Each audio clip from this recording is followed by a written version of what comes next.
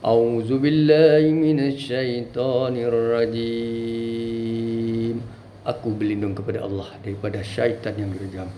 Bismillahirrahmanirrahim. Dengan menyebut nama Allah yang Maha Pemurah lagi Maha Penyayang. Walillahi ma fil samawati wa ma fil ardi wa ilallahi turja'ul umur.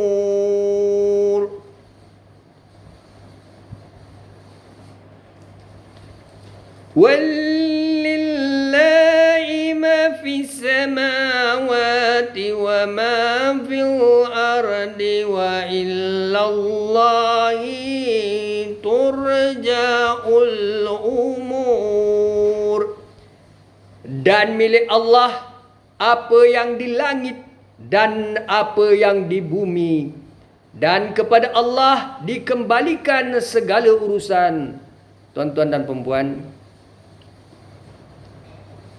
saya mengharapkan calon-calon yang bertanding dalam pilihan raya negeri Melaka yang ke-15, tuan-tuan beringat bahawasanya surah Ali Imran ayat 66, Allah Subhanahu wa taala telah berfirman,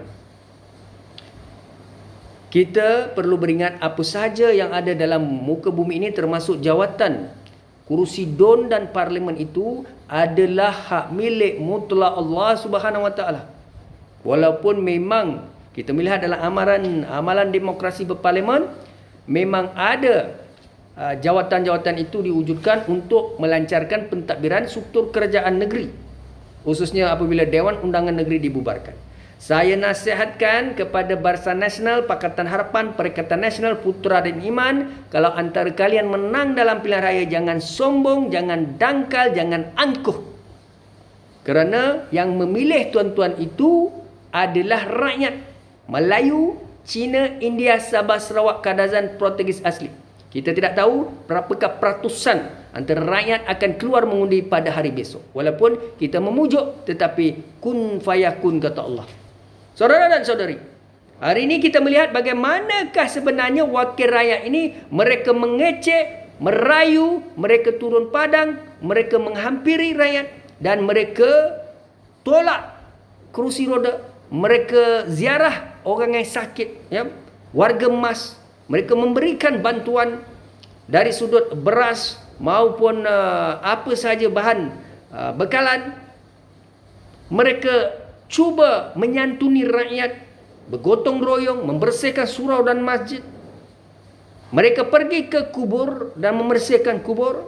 Macam-macamlah orang politik ini buat, baik daripada calon-calon Barisan Nasional UMNO maupun calon-calon daripada Perikatan Nasional, Pakatan Harapan, Iman, maupun calon daripada Putra. Saudara, ramai pengundi negeri Melaka sangat kecewa dengan apa yang sedang berlaku ini, dan mereka melihat, dan anak-anak muda juga menyatakan pada saya, belia yang boleh mengundi 20 tahun, 21 tahun ke atas, mereka menyatakan bahawasanya sikap hipokrit ini menakutkan mereka dan telah menyebabkan mereka hilang kepercayaan. Sebab itulah saya maklumkan pada tuan-tuan, apabila menjadi Ketua Menteri Melaka ataupun disebutnya Esko, jangan sombong, jangan riak, jangan takabur dengan blazer, dengan jaket, dengan kenderaan, dengan driver, dengan allowance, dengan kedudukan. Sekarang tuan-tuan memang macam ini, merayu, berpeluk, berdakap, ya, mengharap, mengecek, semuanya tuan-tuan akan buat. Kemudiannya apabila tuan-tuan menang, apabila rakyat bawa isu, menghantar kertas kerja, surat tak dijawabnya, tak dilayannya. Apabila rakyat bawa isu ini kepada pihak Kerajaan Persekutuan, Kerajaan Negeri, Kerajaan Tempatan, agensi-agensi penguasa ataupun agensi-agensi atau jabatan-jabatan atau kementerian untuk menyelesaikan isu banjir, isu berkaitan dengan mungkin jalan raya, mungkin permohonan tanah dan sebagainya, apa saja isu-isu kebajikan, tuan-tuan wakil rakyat di kawasan DUN, Dewan Undangan Negeri dan Parlimen akan cemburu, iri hati, ada yang asal dengki kianat, ada YB yang hati kecil. Ingatlah tuan-tuan dan puan-puan, hari ini tuan-tuan merayu-rayu dengan rakyat. 20 hari bulan 11 2021 adalah esok, Sabtu. Dan rakyat dalam keadaan hiba, dalam keadaan mungkin mereka tertekan, dalam keadaan mereka 50-50 atas pagar, mereka pergilah juga mengundi. Tapi sikap tuan-tuan ini, ada yang mengugut, ada yang menggunakan baling batu surut tangan, ada yang memulaukan, ada yang mengasut CM, ada yang bisikkan kepada Exco dan sebagainya. Ini satu tindakan-tindakan yang tidak bermaruah, berprinsip. Apabila mahukan undi, tuan-tuan memanggil, memujuk dan sebagainya. Apabila tuan-tuan menjadi kerajaan, baik Barisan Nasional, saya nak ingatkan Yang Amat Berhormat Sulaiman Mat Ali, kalaulah Barisan Nasional UMNO menjadi kerajaan, dan saya pun mahu mengingatkan Tuan Adli Zahri, apabila menjadi Ketua Menteri Melaka ataupun kerajaan CM, ingatlah bahawasanya jangan menzalimi. Atau ingatlah tuan-tuan dan puan, jangan menzalimi. Kalau menjadi Ketua Menteri, saya sudah ingatkan kepada siapa saja menjadi Ketua Menteri Negeri Melaka, jangan sombong, jangan angkuh, jangan bongkak. Tuan-tuan memang akan cakap tidak akan lakukan macam ini, tetapi sebenarnya hakikatnya tuan-tuan macam itulah. Saya banyak pengalaman di negeri Melaka sebab saya Presiden Pertubuhan Masyarakat Sivil Melaka. Saya memang tahulah apa berlaku. Sekarang ni bukan main tuan-tuan ya. Bukan main santun, tidak melakukan pengkhianatan ya, tidak memulaukan, menjumutkan. Tuan-tuan jadi kerajaan Pakatan Harapan, besok jadi kerajaan, apa akan berlaku? Tuan-tuan akan pulaukan semua proksi-proksi pelobi BN UMNO. Mereka-mereka ketua jabatan UMNO semua tuan-tuan keluarkan. Begitu juga kalau BN UMNO menjadi kerajaan, mereka akan keluarkan semua proksi-proksi pelobi, mereka-mereka yang dilihat sebagai pro kepada Pakatan Harapan. Tuan-tuan jadi kerajaan. Bila tuan-tuan jadi kerajaan ini adalah kerajaan untuk semua. Tutup buku politik. Tidak ada cerita lagi proksi pelobi, dah tak ada dah. Habis saja election adalah tuan-tuan menjaga kebajikan rakyat dan pelbagai rentasi demografi agama, kaum dan bangsa. Baik mereka orang UMNO, orang BN, kalau Pakatan jadi kerajaan, mesti menyantuni, membantu. Tidak boleh memandang. Dan inilah hati kecil. Dan saya nak beritahu, kita akan pantau. Kalau betul ada, kita akan buat press conference, kita akan maklumkan ini kerajaan menipu. Yang kerajaan menyusahkan rakyat dan kerajaan yang mengecek dalam pilihan raya. Pilihan raya negeri Melaka, tetapi akhirnya apabila menjadi kerajaan, mengugut, menjumut, memulau, baling batu sorok tangan, kita tidak mahu. Kita sudah beritahu banyak kali, saya ulang-ulang perkara. Begitu juga UMNO BN. Janganlah buat kerja besok. Bila dah menang, besok bongkak takabur, riak, menjumutkan orang tu, menggunakan pihak-pihak tertentu, tangan-tangan gaib, ya, tidak mahu memberikan ruang dan peluang pihak-pihak berkaitan. Ini kita tidak mahu berlaku, tuan-tuan. Jadi seorang yang ingat, Allah Subhanahu Wa Taala telah berfirman dalam Al-Quran, sesungguhnya apa yang ada ini adalah hak milik Allah. Tuan-tuan meninggal, tanah, ya, kebun, harta, mungkin wilayah, mungkin tumbuh-tumbuhan, mungkin disebutnya perairan, mungkin sungai, dan segala itu milik Allah, bukan milik tuan-tuan. Kita perasan sebagai manusia. Kalau kita tak boleh pegang pada Al-Quran, tak boleh pegang pada firman Allah, maka apa gunanya kita jadi orang Islam ataupun orang yang ada agama? Semua agama mempunyai kitab-kitab dan pengajaran. Tapi saya menegakkan Islam kepada orang Islam, pemimpin Islam. Kalau kita jadi pemimpin Islam, ulama, orang Islam, kita jadi siapa sahaja menerima ajaran Muhammad SAW, mestilah kita berpegang kepada akidah Islamiah. Mengamalkan budaya Al-Quran dan budaya Al-Quran dan akhlak Muhammad. Ya, mengayati akhlak Muhammad dan akhlak Al-Quran. Jadi tuan-tuan, sama-sama kita mengimarahkan ya perjuangan kita. Besok jangan lupa pergi mengundi. Nasihat saya kepada pengundi-pengundi, khususnya di kalangan mereka yang atas pagar ni, dan kita tengok ramai juga pengundi yang tidak boleh membuat keputusan atau tidak tahu mahu mengundi siapa ya. Istighfar banyak-banyak, minta pada Allah Subhanahu Wa Taala petunjuk ya. Dan juga rakyat bukan Islam, India, China, Sabah, Sarawak, Karazan, Portugis asli, tuan-tuan mempunyai agama tuan-tuan, minta pada tuan-tuan Tuhan tuan-tuan ya, minta pada doa banyak-banyak kepada Tuhan masing-masing dan mintalah petunjuk ya, jalan yang benar ya tuan-tuan ya. Ingatlah tuan-tuan ya, pilih pemimpin-pemimpin atau calon-calon yang tidak korup, salah guna kuasa, berintegriti, berdasawarsa, berpendidikan, knowledgeable. Jangan tengok parti politik. Tengok parti politik taksub. Tak boleh tuan-tuan. Kalau kita tengok parti politik, apa kesannya? Kesannya begini. Kesannya adalah parti politik kadang-kadang diletakkan calon-calon yang tidak capable, tidak berintegriti, ada kes, ataupun calon-calon yang terlalu tua, ataupun calon-calon yang tidak ada pendidikan tinggi. Tuan-tuan nampak aja, tuan-tuan nampak logo itu, tuan-tuan pangkal. Ruginya apa? Ruginya esko-esko ni, dia tidak boleh fikir, tidak ada blueprint, tidak ada perancangan, tidak ada dasar warsa, mereka tidak intelektual. Akhirnya kita lah juga nak bagi pandangan, buat paperwork, kita pula nasihatkan dia, baik kita jadi wakil rakyat. Berapa ramai yang bijak pandai?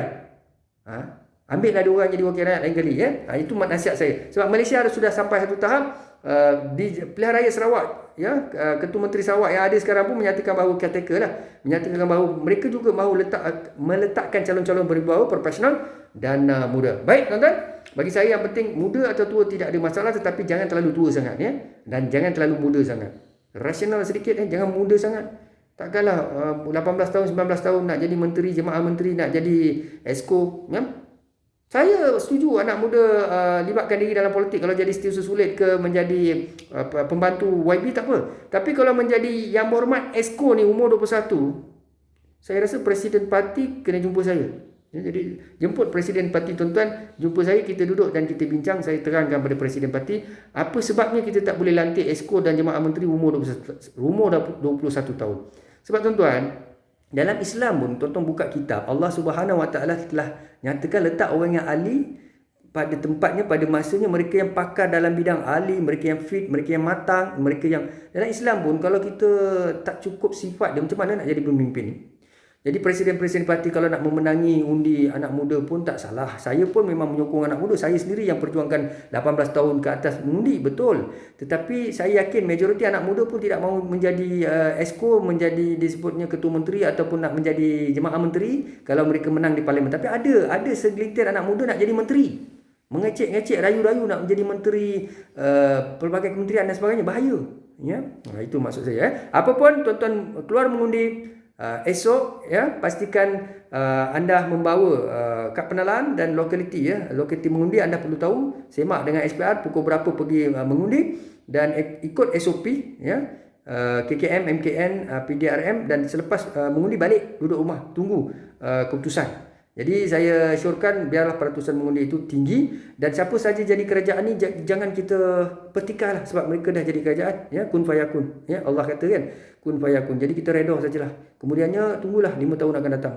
Dan ambil perhatian kepada mereka-mereka korup, salah guna kuasa, kita ambil tindakan, ya. Sekiranya dia jadi kerajaan, dia amalkan benda-benda yang tidak baik, ya. Dan saya minta agensi penguasa mempertahankan rakyat berkecuali dan mendakwa mana-mana kerajaan ke atau exco kerajaan, bukan kerajaan, ahli parlimen kerajaan atau adun kerajaan, bukan kerajaan atau pembangkang, mereka-mereka yang korup, salah guna kuasa, tolong dan dakwa agensi penguasa, ya. PDRM, SPRM, Custom Immigration, KDN, jangan berpihak kepada kerajaan, ya. Kita tak nak bila ada kuasa tutup kes. Tak mau macam itulah. Kalau kita jadi agensi yang berintegriti, beraccountability, bertanggungjawab, dan kita kena jawab pada Allah Subhanahu Wa Taala di akhirat. Bidat, syukran Andri. Assalamualaikum warahmatullahi wabarakatuh. اللهم ارحمنا بالقرآن واجعله لنا إماما ونورا وهدى ورحمة اللهم ذكرنا منه ما نسينا علمنا منه ما جهلنا وارزقنا تلاوته آناء الليل وأطراف النهار واجعله لنا حجة يا رب العالمين.